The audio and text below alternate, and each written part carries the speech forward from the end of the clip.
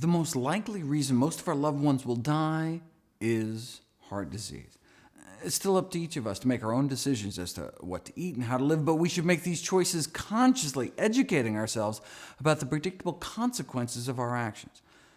Atherosclerosis, hardening of the arteries, begins in childhood. By age 10, the arteries of nearly all kids raised on the standard American diet already have fatty streaks, the first stage of the disease.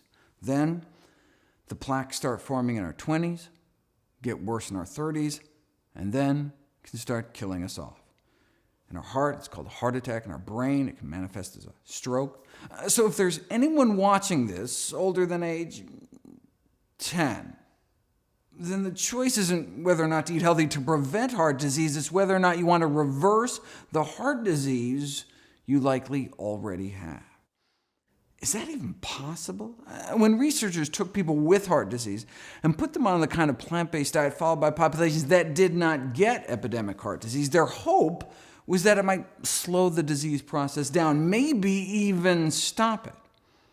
But instead, something miraculous happened.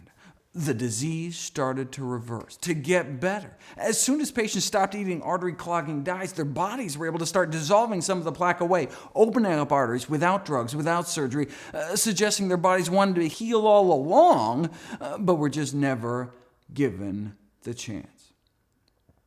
That improvement in blood flow to the heart muscle itself on the left was after just 3 weeks eating healthy.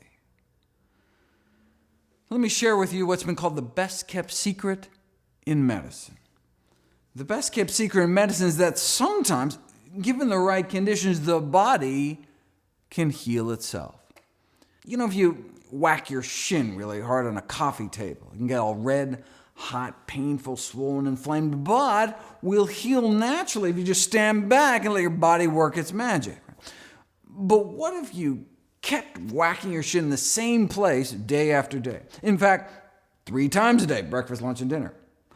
It never healed. You'd go to your doctor and be like, oh, my shin hurts. The doctor would be like, no problem. Whip out their pad, write your prescription for painkillers. You're still whacking your shin 3 times a day. Oh, it still really hurts like heck, but oh, it feels so much better with those pain pills on board. Thank heavens for modern medicine. It's like when people take nitroglycerin for crushing chest pain. Tremendous relief, but you're not doing anything to treat the underlying cause. Our body wants to come back to health if we let it, but if we keep re-damaging ourselves 3 times a day, we may never heal. One of the most amazing things I learned in all my medical training was that within about 15 years of stopping smoking, your lung cancer risk approaches that of a lifelong non-smoker. Isn't that amazing? Like your lungs can clear out all that tar, and eventually it's almost as if you never started smoking at all. And every morning of our smoking life, that healing process started until wham, our first cigarette of the day, re-injuring our lungs with every puff, just like we can re-injure our arteries with every bite, when all we had to do all along, the miracle cure, is just stand back, get out of the way, stop re-damaging ourselves, and let our body's natural healing processes bring us back towards health. The human body is a self-healing machine. Sure, you could choose moderation, hit yourself with a smaller hammer, but why beat yourself up at all? I don't tell my smoking patients to cut down to half pack a day. I tell them to quit. Sure, half pack is better than 2 packs a day, but we should try to only put healthy things in our mouths. We've known about this for decades. American Heart Journal, 1977, cases like Mr. F.W. here, heart disease so bad couldn't even make it to the mailbox, but started eating healthier, and a few months later he was climbing mountains, no pain.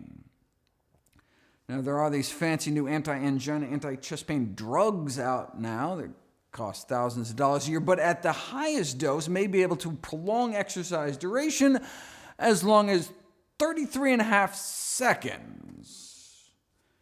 It does not look like those choosing the drug route will be climbing mountains anytime soon. Right? See, plant-based diets aren't just safer and cheaper, they can work better because you're treating the actual cause of the disease.